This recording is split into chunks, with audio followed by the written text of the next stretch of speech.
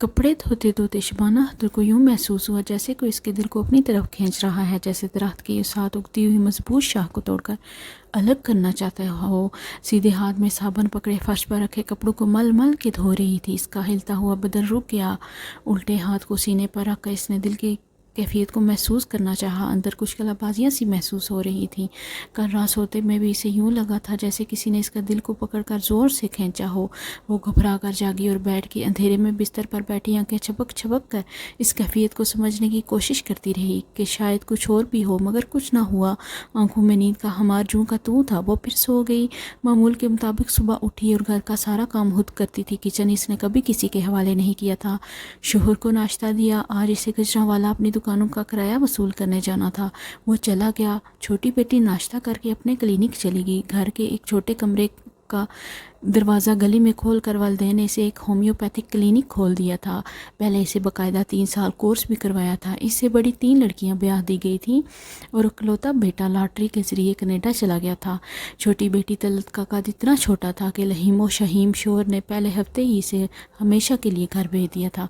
یہ دکھ شبانہ کے کلیجے کو لگ گیا تھا۔ اگرچہ باپ نے ہمت باندھا اور ایک اچھے کام پر لگا دیا جہاں وہ غریبوں کا مفت علاج کرتی تھی۔ جب دل کی کچاہٹ اور گھبراہٹ بڑھتی گئی تو شبانہ کپڑے چھوڑ کر ننگے پاؤں ننگے سر باہر آئی۔ طلعت کو آوازیں دی۔ اس وقت کلینک میں کوئی مریض نہیں تھا۔ وہ دوڑی آئی، زرد ہوتی ماں کو دیکھ کر پریشان ہوگی۔ کیا بات ہے امی؟ میرا دل ڈوبتا جا رہا ہے، پتہ نہیں کیا ہو رہا ہے۔ جلدی سے مجھے ڈاکٹر کے پاس لے چلے، تمہارے ابو تو ابھی کہیں راستے میں ہوں گے۔ امی آپ کپڑے بدل لیں، آپ کے سارے کپڑے گیلے ہو رہے ہیں۔ میں باہر نکل کر رکشہ پکڑتی ہوں۔ اتفاق سے ایک خالی رکشہ سامنے نظر آ گیا۔ اس نے رکنے کا اشارہ کیا، ماں کو بٹھایا اور محلے کے ڈاکٹر کے پاس لے گئی۔ ڈاکٹر نے دیکھتے ہی کہا ان کو شدید قسم کا ہارٹ اٹیک ہوا ہے، فوراً کسی اسپتال لے جائیں۔ مگر ڈاکٹر صاحب ان کی حالت تو غیر ہو رہی ہے، وقتی طور پر تو کوئی دوائی دیں تاکہ یہ اسپتال تک جانے کے قابل ہو سکیں۔ طلعت نے کہا نہیں نہیں، ڈاکٹر نے گھبرائے ہوئے لہجے میں کہا، وقت ضائع نہ کریں، فوراً جائیں، جلدی جلدی۔ ڈاکٹر یوں گھبرا کے پیچھے ہٹا کہ طلعت کو سخت غصہ آیا۔ حالانکہ وہ فیس اور دوائیوں کے پیسے ساتھ لے کر چلی تھی، مگر ڈاکٹر نے تو ہاتھ لگانا بھی گوارا نہ کیا۔ رکشہ بھی باہر کھڑا تھا۔ گرتی پڑتی ماں کو اس نے رکشے میں بٹھایا اور رکشے والے سے کہا پبلک اسپتال میں لے چلو۔ ماں نے اپنے کندھے سے لگا کر اس کی کمر میں بازو ڈال دیا۔ رکشے کے جھٹکے سے اسے تکلیف نہ دیں۔ پھر بھی تھوڑی دیر بعد اس کی نبض چیک کرتی جس کا سرا نہیں مل رہا تھا۔ اپنے پہلو کے ساتھ لگا کر اس کی دھڑکنیں شمار کرنے کی کوشش کرتی۔ رکشے کے بے ہنگم شور میں کچھ بھی سنائی نہیں دے رہا تھا۔ اگر ڈاکٹر وقتی طور پر کوئی دوائی دیتا بھی تو کیا حرج تھا؟ ماں بے سدھ ہوتی جاتی تھی۔ راستہ بھی کافی لمبا تھا۔ پبلک ہسپتال آ گیا۔ اندر داخل ہوتے ہی اس نے رکشے والے کو کہا وہاں سامنے جہاں ایمرجنسی لکھا ہے لے چلو۔ باہر اسپتال کے کچھ ملازم کھڑے تھے۔ اس نے رکشے سے اتر کر ان سے کہا اسٹریچر لے آئیں۔ تو دوڑ کر اسٹریچر لے کے آئے جو باہر ہی پڑا ہوا تھا۔ اس نے رکشے والے کو پیسے دیے اور کراہتی ہوئی ماں کو ان لوگوں کی مدد سے اسٹریچر پر لٹا دیا اور انہیں سارا ماجرا سنایا اور پوچھا اب آگے کیا کرنا ہے۔ اتنے میں یونیفارم میں ملبوس ایک آیا قسم کی عورت بھی آ گئی۔ اس نے دیکھا عورت مریضہ ہے تو باقاعدہ اسٹریچر کو چلا کر اس کے ساتھ اندر گئی۔ پھر اس نے طلعت کو بتایا کہ سیڑھیاں چڑھ کر ڈاکٹر قدیر کا دفتر ہے جو ایمرجنسی وارڈ میں 24 گھنٹے رہتے ہیں۔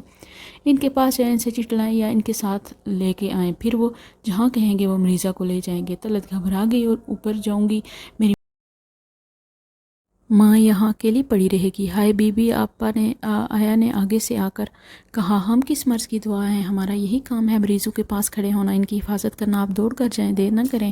طلعت اپنی ماں کو ان کے پاس چھوڑ کر اوپر چڑھ گئی۔ ڈاکٹر صاحب دفتر میں موجود نہ تھے، وارڈ کا راؤنڈ لینے گئے تھے۔ ان کو ڈھونڈ کر بتانے اور لانے میں تقریباً 1 گھنٹہ لگ گیا۔ ڈاکٹر صاحب نیچے آئے، جلدی مریض کو دیکھا، مگر مریضہ تو رکشے سے اترنے کے بعد ہی اپنی منزل پر روانہ ہو گئی تھی۔ پھر بھی ڈاکٹر صاحب نے اچھی طرح دیکھا۔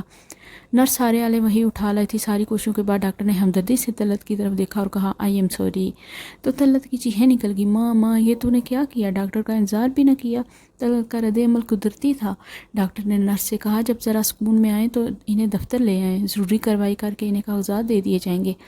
تھوڑی سی چیز چلا کر طلعت نے پرس سے اپنا موبائل نکالا تاکہ باپ کو اطلاع دے، مگر ان کا نمبر ابھی تک بند مل رہا تھا۔ نرس اسے ساتھ لے گئی، کاغذات بنا کر دیے اور ایمبولینس پر میت لے جانے کی اجازت بھی لکھ دے دی۔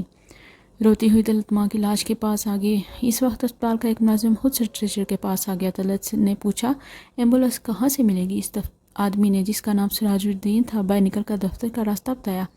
کہ پرمٹ وہاں دکھا دیں، ایمبولینس آپ کے ساتھ ہی جائے گی، مگر میری امی یہاں پر اکیلی پڑی رہیں گی۔ اس نے روتے ہوئے کہا، ہائے بی بی جی، ہم کس مرض کی دعا ہیں؟ آیا نے پھر اسی انداز میں کہا، ہم یہاں آپ کی خدمت کے لیے کھڑے ہیں جی، آپ جائیں، جلدی جلدی جانے کا بندوبست کریں۔ جب وہ ایمبولینس کے دفتر کی طرف جا رہی تھی، اس کے والد کا فون آ گیا، وہ ابھی گجرانوالہ پہنچے ہی تھے۔ اس نے رو رو کر ساری ببتا اپنے والد کو سنا دی۔ اس نے کہا وہ بھی اسی بس سے واپس آ رہا ہے، اس کے آنے تک حوصلے کے سارے کام کرے۔ طلعت کے جاتے ہی آپا حنیفہ بیگم نے لاش کے اوپر پڑی ہوئی چادر اس طرح ہٹائی کہ اس کے چہرے اور کلیوں کا جائزہ لے لیا۔ پھر کوئی بات سرگوشی کے انداز میں سراج الدین کے کان میں کہی۔ سراج الدین باہر نکل کر ایمبولینس کے دفتر کی جانب منہ کر کے کھڑا ہو گیا۔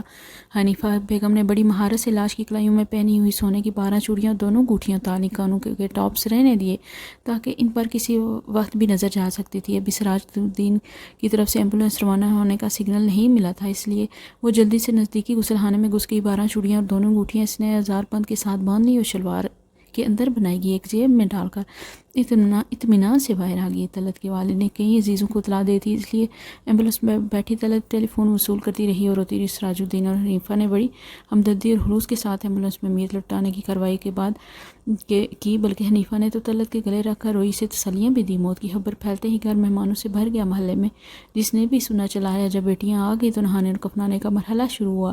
ماں کے بدن پر پانی ڈال دی، بڑی بیٹی رفت چونک گئی۔ طلعت کو بتایا، کہنے لگی، امی کی ہمیشہ 12 چوڑیاں اور ہاتھوں میں 2 انگوٹھیاں پہنے رکھتی تھی، کہاں ہیں وہ دوسری طرف دیکھا، یہ 2 ٹاپس ہیں۔ رفاقت نے اسے دکھایا، ابھی نہانے والی نے ان کے کانوں سے اتار کر دیے تو مجھے چوڑیاں اور انگوٹھیوں کا خیال آیا۔ ہاں آپا، جب میں انہیں رکشے میں ڈال کر لے گئی تھی کئی بار بس دیکھتی تھی، ہر بار چوڑیاں ہٹا کر ہی دیکھی تھی، اس وقت انگوٹھیاں ان کے ہاتھوں میں ہی تھی، اور جب ایمبولینس میں لا رہی تھی اسی وقت دیکھی تھی۔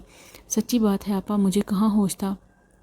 طلعت پھر زور زور سے رونے لگی، میں اکیلی تھی، کوئی بڑا پاس نہیں تھا، بھاگتی ادھر جاتی، اس پر فون آنے لگے، اور کون تھا میت کے پاس؟ ہاں، اس نے دوپٹے آنکھوں سے صاف کیا، اسپتال میں ایک آیا تھی، وہاں صفائی کا کام کر رہی تھی اور ایک مددگار تھا۔ طلعت نے ساری تفصیل بہن کو بتائی۔ مزید باتیں کرنے کا وقت نہیں تھا، اس مرحلے ہر کام کا وقت کا متعین ہوتا ہے، مگر یہ ذرا سی تشویش بری خسر پھسر سارے گھر میں پھیل گئی۔ ہائے ہائے، اسپتال میں کسی نے میت کی چوڑیاں اتاری ہیں، توبہ توبہ، استغفر اللہ۔ سوئم کے بعد دونوں بہنیں رفاقت اور طلعت ہسپتال چلی گئی۔ اس طرح رکشے میں بیٹھ کر سامنے 2-3 ملازم کھڑے تھے۔ طلعت بہن کو لے کر اس طرف بڑی، سب کو غور سے دیکھا۔ ان میں سراج الدین کو پہچان کے، ان کو معلوم ہے پرسوں میں اپنی امی جان کو لے کر آئی تھی، یہاں آتے ہی فوت ہو گئی تھی۔ بی بی جی، یہاں روزانہ سینکڑوں مریض آتے ہیں، کچھ فوت ہو جاتے ہیں، آپ کس کس کو یاد رکھیں؟ وہی تمہارے ساتھ ایک عورت بھی کھڑی تھی یہاں، تم دونوں نے میری بڑی مدد کی تھی بی بی۔ ہاں، ہمارا کام خدمت کرنا ہے، جو بھی آتا ہے ہم اس کی بڑھ چڑھ کر خدمت کرتے ہیں۔ بات کیا ہے بی بی؟ ایک نئے خدمتگار نے بڑھ کر پوچھا۔ ہماری امی کی کلائیوں سے کسی نے سونے کی 12 چوڑیاں اور 2 انگوٹھیاں اتار لی ہیں۔ توبہ توبہ، اللہ معاف کرے بی بی جی، آپ کیا کہہ رہی ہیں؟ اگر اسپتال میں ایسی حرکتیں ہونے لگی تو خدا کا قہر نہ نازل ہو جائے۔ مگر وہ عورت کہاں ہے؟ کون سی عورت بی بی جی؟ یہ ارد گرد ساری خدمتگار عورتیں پھر رہی ہیں، آگے بڑھ کر خود ہی پہچان لیں۔ پوچھنا، پھر قصہ دہرانا اور پھر ایک جیسے رد عمل کا اظہار ہونا۔ ہائے وائے کے سوا کچھ نہ ملا۔ دونوں بہنیں ملال لیے گھر آ گئیں۔ حنیفہ بیگم نے گھر جاتے ہی 1 ہفتے کی عرضی بھیج دی تھی کہ میری بیٹی شدید بیمار ہے اور میں کامونکی جا رہی ہوں۔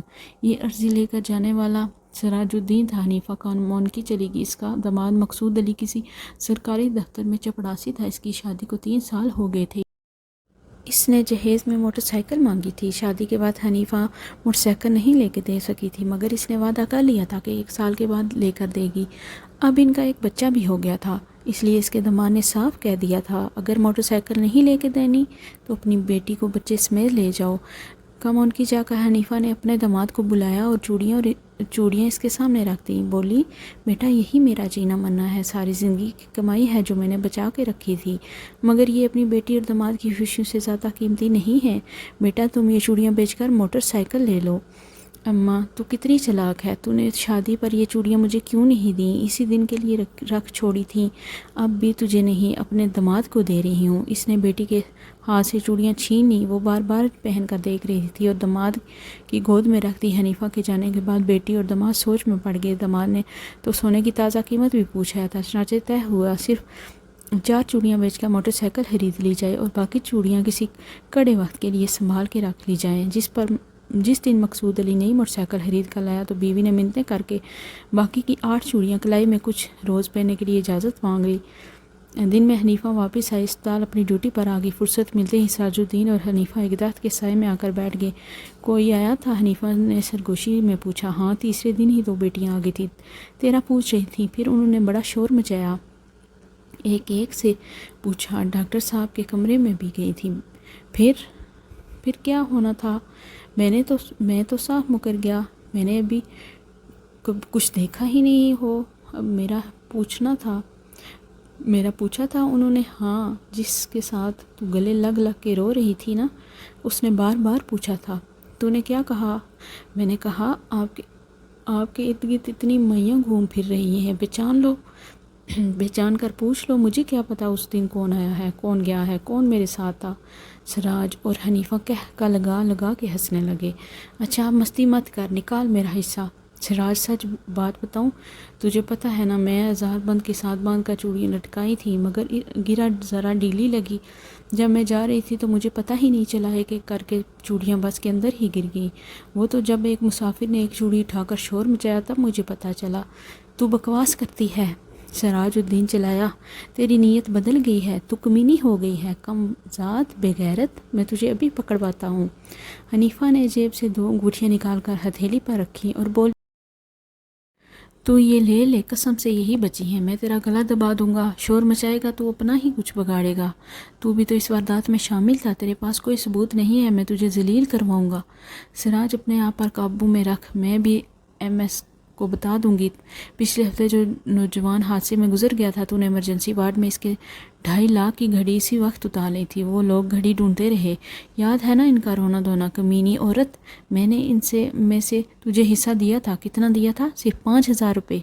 اور یہ چوڑیاں تو کئی لاکھ کی ہوں گی جن کے نصیبوں کی ہوں گی۔ میرے لیے تو ایک چوڑی بھی حرام ہے، اللہ کرے تیرے کفن پہ لگے۔ حنیفہ سراج کے منہ سے جھاگ نکل رہی تھی۔ اوئے بے غیرت، مردوں کے زیور اور گھڑیاں چرانے والوں کی بدوائیں نہیں لگتی۔ حنیفہ زور زور سے ہنسنے لگی۔ دیکھ سراج، ہم دونوں کا موجو لگا ہوا ہے، کبھی تو پلہ مار لیتا ہے، کبھی میرا داؤ لگ جاتا ہے۔ غصہ نہ کھا، میں نے پتہ کروایا ہے، یہ انگوٹھیاں 2 لاکھ کی ہیں۔ 1 لاکھ بھی تجھے مل جائے تو عیش کرے گا، ورنہ سراج غصے سے پھنکارا، ورنہ گندگی میں پتھر پھینکے گا تو چھینٹے تیرے اوپر بھی آئیں گے، دونوں کا جم ایک جیسا ہوگا۔ حنیفہ سیڑھیوں پر پوچھا لگاتی نیچے آ رہی تھی، اس کی جیب میں پڑا فون پھڑپھڑایا، اس نے ہاتھ روک کر فون نکالا، سنا اور چیختی ہوئی باہر بھاگی۔ ٹیکسی پکڑی اور کامون کی روانہ ہوگی۔ روتی اور دعائیں مانگتی فون پر اس نے داماد کا ایکسیڈنٹ کی خبر آئی تھی، تفصیل کوئی بتا نہیں رہا تھا۔ اس کے گھر پہنچی تو سارا محلہ جمع تھا، اسے فوراً جائے حادثہ پر لے جایا گیا جو پولیس کے گھیرے میں تھا اور کارروائی نوٹ ہو رہی تھی۔ 1 ہفتہ قبل مقصود نے موٹر سائیکل خرید لی تھی، 8 دن باقاعدہ چلاتا رہا۔ آج پہلی بار بیوی نے کہا تھا ہمیں بھی سیر کراؤ، وہ خود تیار ہوئی، اس نے سونے کی چوڑیاں پہنی اور 1 سال کے بچے کو بھی تیار کیا۔ بیوی اور بچہ بیٹھ گئے، آبادی سے ذرا باہر نکلے تو موٹر سائیکل ایک ٹرک سے ٹکرا گئی، بیوی اور بچہ موقع پر فوت ہو گئے، داماد کی ٹانگیں ٹوٹ گئیں۔ مگر پولیس ابھی تک اس بات کا سراغ نہیں لگا سکی تھی کہ پیچھے بیٹھی عورت کی پوری کلائی کون لے گیا تھا اور کیوں۔ ادھر پبلک ہسپتال کے پچھواڑے کوڑا کرکٹ چننے والوں کی جھگیوں کے آس پاس پھٹے پرانے کپڑوں میں ایک عورت نظر آتی ہے جس کے ہاتھ میں ایک گڑیا ہوتی ہے، ہمیشہ گڑیا کا ایک بازو ٹوٹا ہوا ہوتا ہے۔ وہ عورت دیوانہ وار راہگیروں، موٹر والوں اور سائیکل والوں کے پاس جاتی اور کہتی میری بیٹی کا بازو واپس لا دو، اللہ کے واسطے میری بیٹی کا بازو واپس لا دو، چوڑیاں رکھ لو، کلائی دے دو، میری اکلوتی بیٹی رو رہی ہے، دیکھو۔ وہ گڑیا کو آگے کرتی، روٹی نہیں کھا سکتی تھی، بچے کو دودھ نہیں پلا سکتی، خدا کے لیے میری بیٹی کی مدد کرو، وہ ساری رات روتی ہے، مجھے سونے نہیں دیتی، بیچاری پاگل ہے۔ یہ کہتے ہوئے لوگ گزرتے ہیں اور وہ ہواؤں کے پیچھے بھاگتی رہتی ہے۔ دوستو، اگر آپ کو میری ویڈیو پسند آئی ہے تو ویڈیو کو لائک کریں، چینل کو سبسکرائب کریں اور بیل کا نوٹیفیکیشن دبانا مت بھولیے گا۔ اپنا بہت سارا خیال رکھیے گا، ملتے ہیں نیکسٹ ویڈیو میں۔ اللہ حافظ۔